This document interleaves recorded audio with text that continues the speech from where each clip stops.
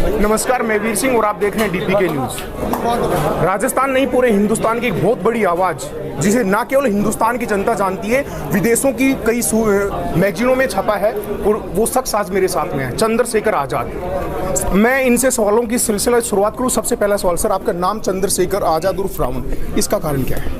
नहीं, इसका कोई कारण नहीं है। नहीं, आपके आक्रामक तेवर हैं, आप बिल्कुल आक्रामक तेवर हैं, लेकिन आपके जो विचार हैं वो शांतिपूर्वक के, गांधीपुर के, इन दोनों में डिफरेंट है। नहीं, बिल्कुल गलत है।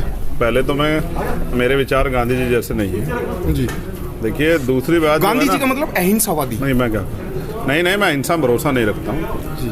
अपने हक की बात अगर आप करते हैं तो वो सब लोगों को पसंद नहीं आती। कुछ लोगों को वो हिंसा दिखाई देती है और कुछ लोग जो हैं उसको आक्रामक कह सकते हैं। देखिए, मैं अपनी बात को कहना जानता हूँ क्योंकि मैं पढ़ा लिखा व्यक्ति हूँ जी जी। तो जब अपनी बात को मजबूती से रखते हैं तो वो लोगों को जो है अच्छी नहीं लगती, उसको तमाम तरह के नाम दिए जाते हैं। ये कोई विषय नहीं है, ना मेरा नाम विषय है और ना ही मेरा एटीट्यूड विषय है कि हम लोग करना क्या चाहते हैं, ये सबसे बड़ा सवाल है। सर, मेरा ये छोटा सा सवाल था। सवाल ये है, मुख्य सवाल ये है, वर्तमान में जो हिंदुस्तान की राजनीति है वो किस दिशा में जा रही है?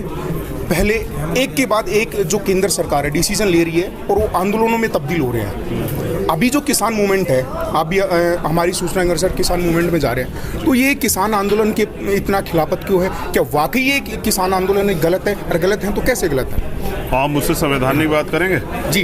तो फर्स्टली ये हिंदुस्तान नहीं है, ये इंडिया। जी जी। इंडिया दैट इज भारत, समझ रहे हैं जी। तो भारत की राजनीति पूंजीपतियों ने बिजनेस बना दिया है। कुछ पैसा वो खर्च करते हैं, चुनाव में आते हैं, कुछ पैसा और खर्च करते हैं लोगों को बेवकूफ़ बनाने के लिए, तमाम तरह के जो है मीडिया का सहारा लेते हैं, और जब चुनाव जीत जाते हैं तो उससे फिर जो है कॉर्पोरेट सेक्टर को बढ़ावा देते हैं। तो इस बिजनेस की राजनीति में जो असल मुद्दों की राजनीति थी, जिसके लिए लोकतंत्र का निर्माण हुआ था, कि जब आज़ाद हुआ भारत तो ना तो इस देश की धरती बटी, ना इस देश का धन बटा, ना इस देश का बिजनेस बटा, सिर्फ पावर ट्रांसफ़र हुई। जो उस समय गरीब था, आज़ाद भारत में भी वो गरीबी हुआ जी। तो लोकतंत्र इसलिए बना कि अंतिम व्यक्ति तक वो संसाधन कैसे पहुंचाए, सुविधा कैसे पहुंचाए, जो प्रत्येक व्यक्ति का अधिकार है जी। अब मैं आपको सिर्फ ये बताता हूँ कि सत्ता करती क्या है और देती क्या है। सरकार आपको देती है 7 चीज़ों की गारंटी, जो कॉन्स्टिट्यूशन में लिखा हुआ है। पहली, रोटी, कपड़ा, मकान, चिकित्सा, शिक्षा, सुरक्षा और रोजगार। ये 7 चीज़ें लोकतंत्र यानी कि सरकार प्रत्येक व्यक्ति को प्रदेश के देगी। लेकिन आज सरकारों ने इनको एक माध्यम बना दिया लोगों की वोट लूटने का, कि हम ये फ्री दे देंगे, हम वो फ्री दे देंगे, जबकि ये सरकार को देना चाहिए। तो हम लोग काम कर रहे हैं कि जनता जो है वोट की वैल्यू को समझे, और जनता समझे कि लोकतंत्र में अच्छे लोग आना कितना जरूरी है। अगर पढ़े लिखे लोग राजनीति नहीं करेंगे तो फिर चाय बेचने वाले लोग राजनीति करेंगे, और जब चाय बेचने वाले लोग राजनीति करेंगे तो फिर देश बेच देंगे।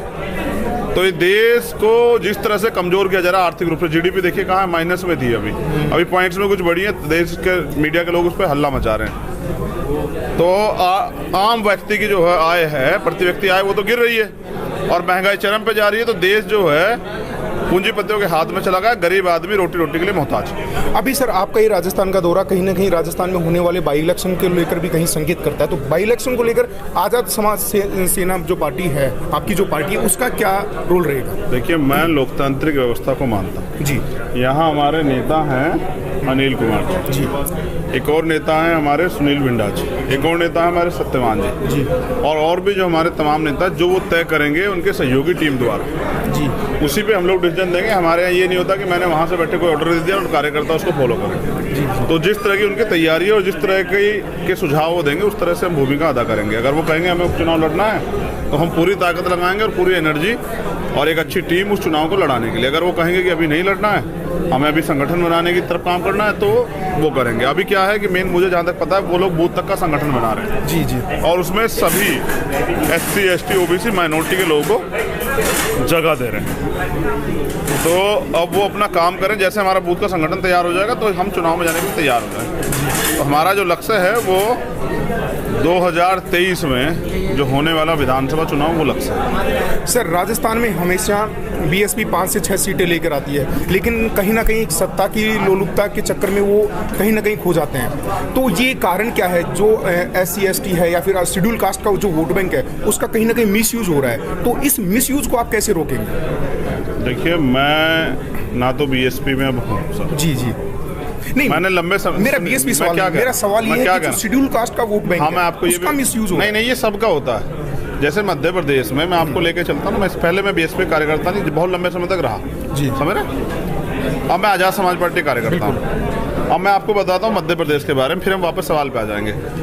जनता ने कांग्रेस को वोट दी बीजेपी से मुक्ति के लिए, और बीजेपी कांग्रेस के नेता 19 विधायकों को लेकर चले गए बीजेपी में, तो यानी कि मिसयूज हुआ वोट का।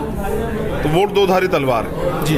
देखिए, जिन लोगों को वोट जनता देती है सोच के कि हमारे मुद्दों बात करेंगे, वो अपने राजनीतिक स्वार्थ के कारण, क्योंकि वो मूवमेंट के लोग नहीं है, उनका जो अंतिम लक्ष्य है वो सिर्फ सत्ता है। उनको विधायक या MP बनना है, या फिर उनको मिनिस्टर बनना है, या सत्ता में बैठ के जो है अपने लिए बिजनेस और संसाधन तैयार करने हैं। बहुजन मूवमेंट जो है वो सत्ता के लिए नहीं, व्यवस्था परिवर्तन के लिए थी। तो वो इसलिए जो है, क्योंकि अब मूवमेंट के लोग नहीं है, इसलिए वो लोग इधर उधर भाग जाते हैं, इसलिए वो कांग्रेस बीजेपी में चले जाते हैं। इससे फर्क नहीं पड़ता। नौजवान लोग हम लोग तैयार कर रहे हैं। सिद्धांत जो सबसे महत्वपूर्ण, एक मूवमेंट का व्यक्ति भूखा रह सकता है, नंगे पैर रह सकता है, बिना संसाधन के रह सकता है, लेकिन कभी दुश्मन से समझौता नहीं कर सकता है।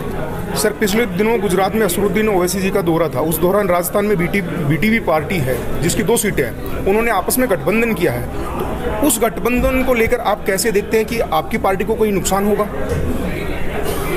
कहाँ पर? अभी गुजरात में, राजस्थान में 2 सीटें गठबंधन गुजरात में हुआ नहीं, नुकसान आदिवासी जनजाति का वोट बैंक तो आपके वागड़ क्षेत्र में इधर पूरा है। नहीं, ऐसा नहीं है ना।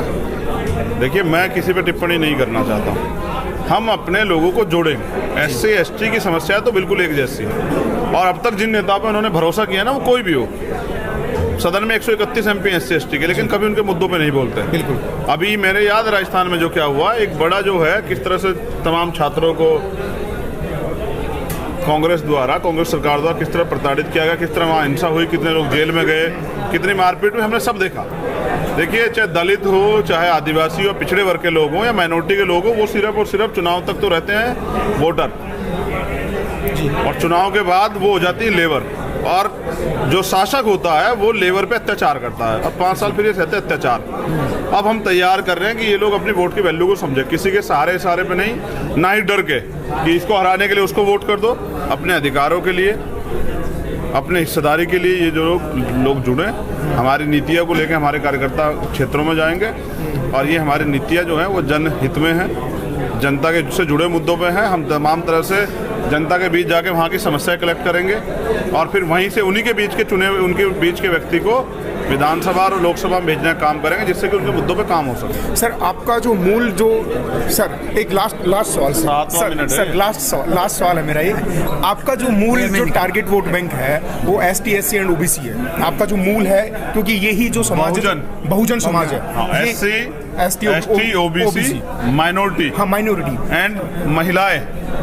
नहीं, महिलाएं तो सर हैं ही। मैं क्या कह रहा हूँ जी, महिलाएं किसी जाति की, आप समझ रहे हैं? महिलाओं की तो एक अलग ही जाति है जो, हाँ, मैं यही कह रहा हूँ, महिलाओं के लिए भी हम लोग चिंतित हैं, क्योंकि जिस तरह से महिलाओं का उत्पीड़न हो रहा है, जिस तरह महिलाओं के अधिकार हनन हो रहे हैं, जिस तरह से देश के विकास में उनकी कहीं भागीदारी नहीं ली जा रही है, जिस तरह से उनको सिर्फ और सिर्फ 2 दर्जे का नागरिक बनाया गया है, हम इस पे भी चिंतित हैं, और हम चाह रहे हैं कि महिलाओं के लिए कुछ अच्छा काम किया जाए। मेरा सवाल ये था, मेरा सवाल ये है कि आपका 7 मिनट पूरा हो गया। मेरे साथ थे अभी चंद्रशेखर आजाद, जो आज़ाद समाज सेना के सुप्रीमो हैं, संयोजक हैं। इनसे राजस्थान की राजनीति के परिप्रेक्ष्य में कुछ बात की। अभी किसान आंदोलन को ये संबोधित करने के लिए राजस्थान में आए हुए हैं, और अभी जयपुर में इनका अगला पड़ाव है जो नागौर में होगा, जहां पे किसान महापंचायत होनी है। लेकिन कहीं ना कहीं राजस्थान में होने वाले 4 सीटों पर उपचुनाव पर इनकी पूर्ण नजर है। उसको लेकर यहाँ पे इनकी जो संगठन है, तमाम जो समाजों के लोग हैं, उनके साथ विस्तृत चर्चा भी की, और ये चर्चाओं का दौर लगातार जारी रहेगा। देखते रहिए DPK न्यूज।